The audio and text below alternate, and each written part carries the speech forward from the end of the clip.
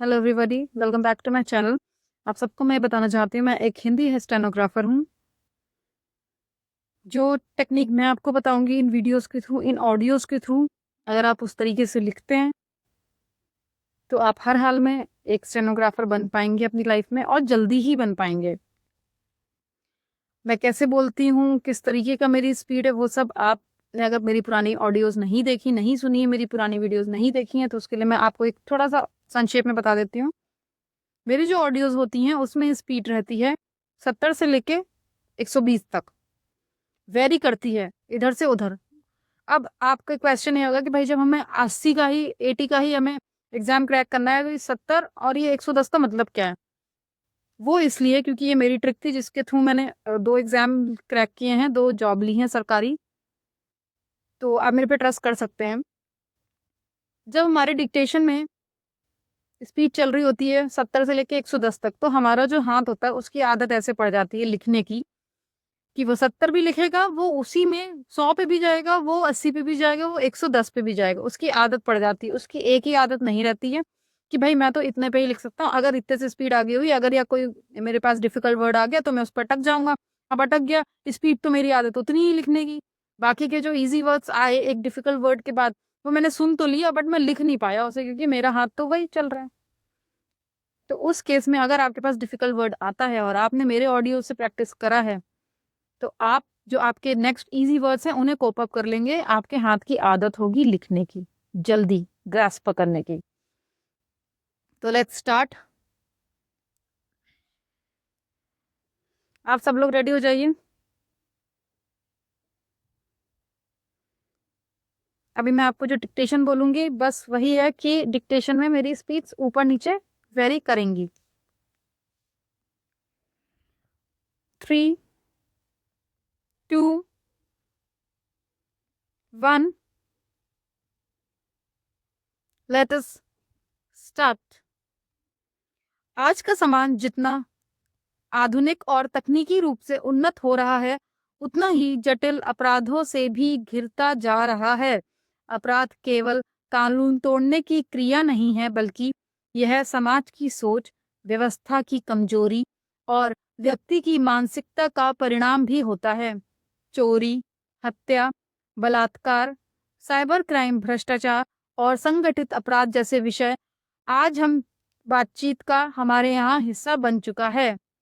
समाचार channel, social media और digital platform हर दिन किसी ना किसी अपराध की कहानी सामने लाते हैं, जिससे आम नागरिक के मन में भय, गुस्सा और असुरक्षा की भावना पैदा होती है।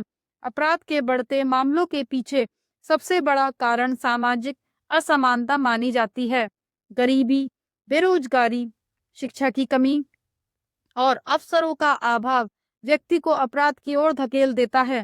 जब किसी इंसान को लगता है कि मेहनत के बावजूद उसे उसका हक का नहीं मिल रहा, तब वह गलत रास्ता चुनने के लिए मानसिक रूप से तैयार हो जाता है। महानगरों में झुग्गी झोपड़ियों और आलीशान इमारतों का साथ साथ होना इस असमानता को और गहरा करता है, जिससे अपराध की संभावना बढ़ जाती है। आज के समय में साइबर क्राइम सबसे तेजी से बढ़ने वाला अपराध बन चुका है।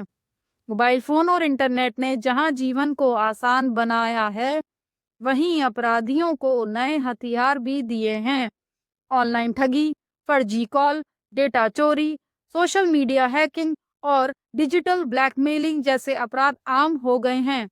खास बात यह है कि साइबर अपराधी अक्सर बिना किसी हथियार के दूर बैठकर ही लोगों को नुकसान पहुंचा देते हैं।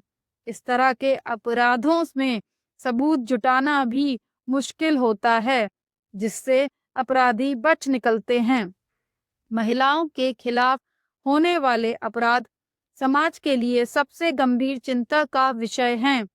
छेड़छाड़, घरेलू हिंसा, दहेज, हत्या और यौन अपराध आज भी पूरी तरह खत्म नहीं हो पाए हैं। कानून सख्त होने के बावजूद मानसिकता में बदलाव की कमी साफ दिखाई देती है। कई मामलों में पीड़िता को ही दोषी ठहराया जाता है, जिससे अपराधी का मनोबल बढ़ता है। जब तक समाज स्त्री को बराबरी का सम्मान नहीं देगा, तब तक ऐसे अपराधों पर पूरी तरह रोक लगाना मुश्किल है। मीडिया अपराध को उजागर करने में अहम भूमिका निभाता है, लेकिन कई बार यही मीडिया अपराध को सनसनी बनाकर पेश करता है।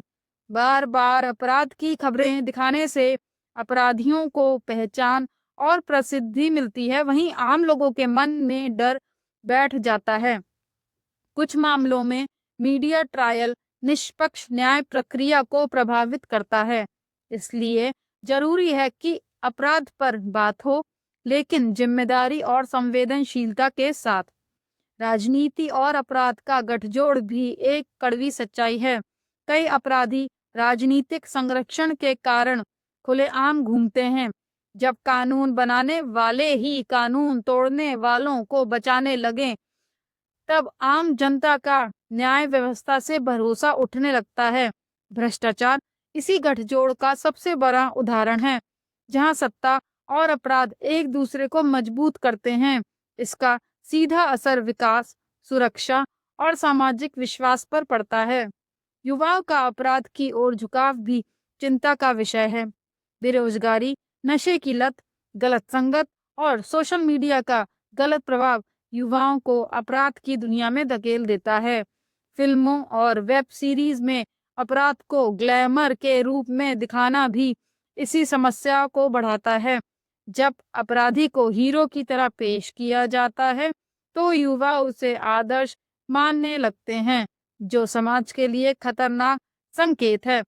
पुलिस और कानून व्यवस्था अपराध रोकने की पहली कड़ी है, लेकिन संसाधनों की कमी, राजनीतिक दबाव और भ्रष्टाचार इसके काम को कमजोर बना देते हैं। कई बार पुलिस पर भरोसा न होने के कारण लोग अपराध की शिकायत तक दर्ज नहीं कराते।